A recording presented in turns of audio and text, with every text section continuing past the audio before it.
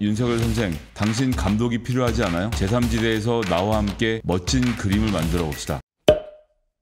오른손에는 김성입니다. 대선이 1년 앞으로 다가왔습니다. 많은 분들이 대선에 관심을 가지는데 이 순간에 윤석열이 등장했습니다. 대선 1년을 선거 1년 전에 퇴직한 검사와 판사만 선거에 출마할 수 있다라는 최강욱 의원의 법안이 발의되니까 어마뜨거라 윤석열이 3월 9일에 사퇴할 수 없으니까 3월 8일에 하면 너무 눈치가 보이니까 그 전주에 하는데 주말에 하면 언론에 묻히고 금요일에 하면 토요판 신문에 묻히니까 목요일에 사퇴를 해서 금토일 사흘 동안 이 밴드웨건 효과를 노리는 나름 치밀한 전략을 잘 짰습니다. 그만큼 간절하게 정치를 하고 싶은 생각을 갖고 있는 것을 쉽게 읽을 수 있는데요. 관련돼서 윤석열이 이 시대의 새로운 지도자가 될 거라는 생각을 갖고 있는 유튜브 노란 딱지 붙을까 봐 욕은 못하겠는데 머리 나쁜 분들이 되게 많으신 것 같습니다. 그 중에 이분도 계십니다. 윤석열 대선 지지율 1위 찍자 김종인 별의 순간 잡았다. 김종인 비대위원장이 비상대책위원회가 끝나고 기자들과 만난 자리에서 별의 순간을 잡은 것 같다라고 이야기를 했습니다. 스테픈 스툰드 독일어입니다. 이분 독일에서 오신 분이죠. 별의 순간, 스테른이 별이고 스툰드가 순간인데요.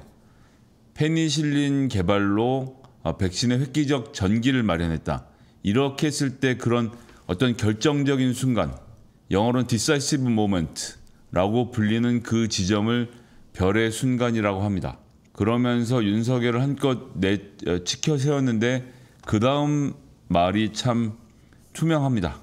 정치권 일각에서 김 위원장과 윤 총장이 만난다는 말이 나오는 것에 대해서 얘기를 하니까 만남을 고려하는 것이 아니라 내 스스로가 윤 전 총장을 당장에 만날 이유가 하나도 없다라고 했다는 것입니다.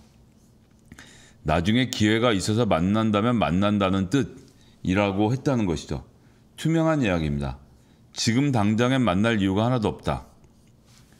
국민의힘에 올 생각이 없는 윤석열.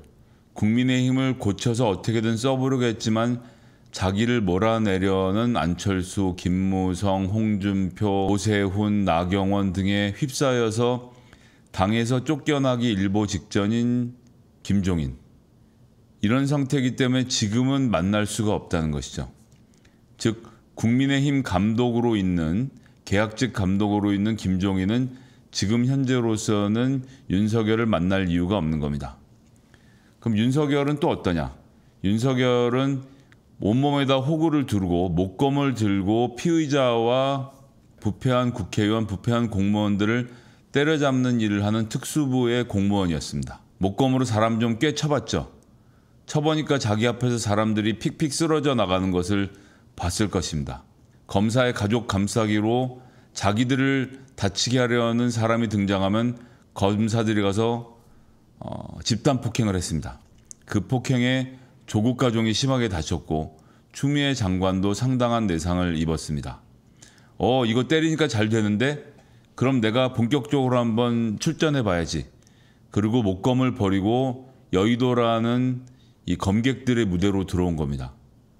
근데 예상과 달리 여의도는 진검승부의 무대인 것입니다.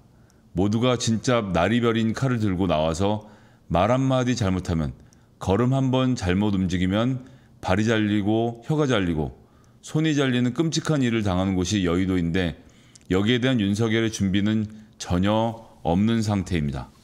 그래서 나중에 기회가 있어서 만난다면 만난다는 뜻이라는 것은 윤석열 선생, 당신 감독이 필요하지 않아요?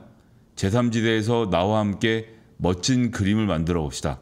당신의 별의 순간, 스테른 스툰데를 내가 한번 빛나게 해드리겠습니다. 라는 공개 구애를 한 것으로 보아야 할 것입니다. 참으로 역겨운 장면이 아니라 할 수 없겠는데요.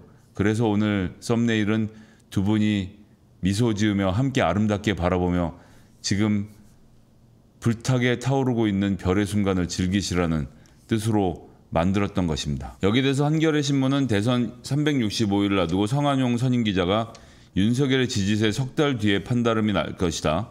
이재명 탈당설은 뇌피셜이라고 하면서 긴 기사를 썼는데요. 윤석열의 성공이 지지율에 걸려 있다라는 평가를 내놓고 있습니다. 근데 저는 그렇게 생각하지 않습니다. 일단 지지율이라는 허상에 대해서 먼저 이야기를 한번 해볼까요? 지금 윤석열의 지지율이 30%가 나와서 이러쿵저러쿵 말들이 많은데요. 기억나십니까?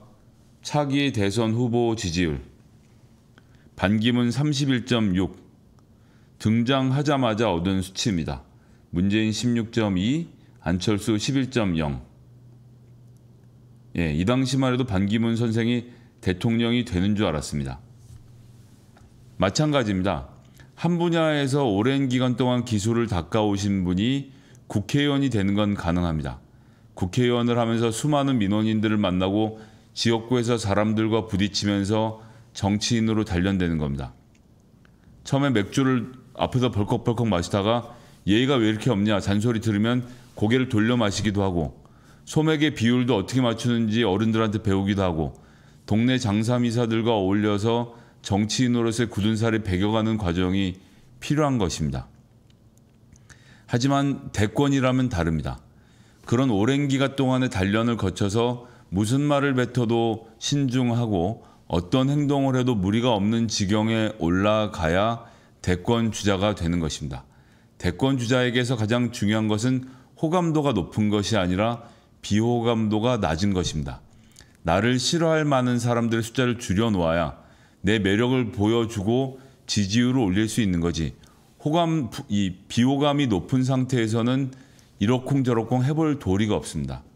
반기문 씨도 아시겠지만 지하철역에서의 해프닝, 성묘에서의 해프닝, 본인 억울한 일이 많을 것입니다.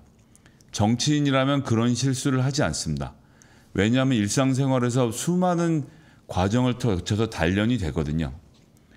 윤석열은 지금까지 검찰에 있으면서 두목을 모시고 자기 밑에 부하를 두고 승승장구하면서 아마 지난 10년 동안은 자기 손으로 검찰청 대문을 한번 열어본 적이 없었을 것입니다. 국회의원은 그렇지 않습니다. 의전으로 따지면 구청장이 국회의원보다 훨씬 더 융숭한 대접을 받습니다. 구청에 있는 공무원들이 그렇게 구청장을 떠받들지만 국회 보좌관들은 국회의원들을 그렇게 떠받들지 않습니다. 자기가 알아서 해야 되는 거라 생각하고 보좌관들의 지나친 의전이 유권자들의 눈살을 찌푸리 간다는 것을 잘 알고 있기 때문이죠. 반기문의 금방 꺼져버린 지지율과 윤석열의 것은 다르지 않습니다. 왜? 지금 국민들이 우리나라가 대단히 부패했고 불공정한 사회라서 더 많은 사람들을 잡아 넣어야 좋아질 거라는 생각 아무도 하지 않습니다. 경제를 어떻게 발전시킬 것인지, 코로나 백신 이후 이 세상을 어떻게 낫게 만들 것인지, 페미니즘과 여권 신장, 거기에서 소외되는 남성들의 문제에서 어떻게 균형을 맞출 것인지, 탄소 중립의 시대에 우리는 어떻게 대응할 것인지, 청년 실업 문제는 어떻게 해결할 것인지, 4인이 모여 사는 가족이 정상이라고 했던 시기는 이미 다 지나가 버렸고, 전체 서울 인구의 40%가 1인 가구로 구성되어 있는 지금 어떤 주거 대책을 내놓아야 할지에 대해서 윤석열 본인의 비전이 있어야 되는 것입니다. 최근에 보도를 보니 정대철, 김한길 의원 등을 만나서 반문 민주진영 인사들과 의사를 교류했다고 하는데 그 보도 윤석열이 흘렀을까요? 아닙니다. 당연히 정대철 의원이나 김한길 의원 쪽에서 흘렸겠죠. 왜? 나 윤석열 만나는 사람이야. 윤석열이 나한테 조언을 구하던 걸 이런 얘기를 하고 싶었을 것입니다. 윤석열이 초반에 만나기에는 너무 이상한 사람들이죠. 차라리 IT 기업 노동자들을 만난다든지 벤처기업의 CEO를 만난다든지 본인의 다른 행보를 했어야 하는데 너무나도 구태의연한 행보를 한 겁니다. 모든 사람들이 핸드폰에 내비게이션들을 깔고 차를 운전하는데 종이지도 펴놓고 길을 찾는 격이었던 것이죠. 누구를 만나는가가 주는 메시지의 중요함에 대해서 간과한 것이고 그들이 쉽게 입을 열 것이라는 것에 대해서도 생각을 못했던 것입니다. 한국일보의 분석도 중앙일보의 분석도 대선 좀 마친다는 시민 이대로면 이재명이 가장 가능성이 높고 그 다음이 윤석열이고 이낙연이다. 이런 이야기를 하고 있고요. 중앙일보는 또 1.6%의 노무현도 당선이 됐고 26%의 반기문도 추락을 했다. 대선 1년이라고 안심해서는 안 되는 상황이다라고 경고의 메시지도 날리고 있습니다. 제가 조금 전에 말씀드렸던 대로 윤석열의 정계 진출이 적절하다가 48%인데 부적절하다도 46.3%로 만만치 않은 상황입니다.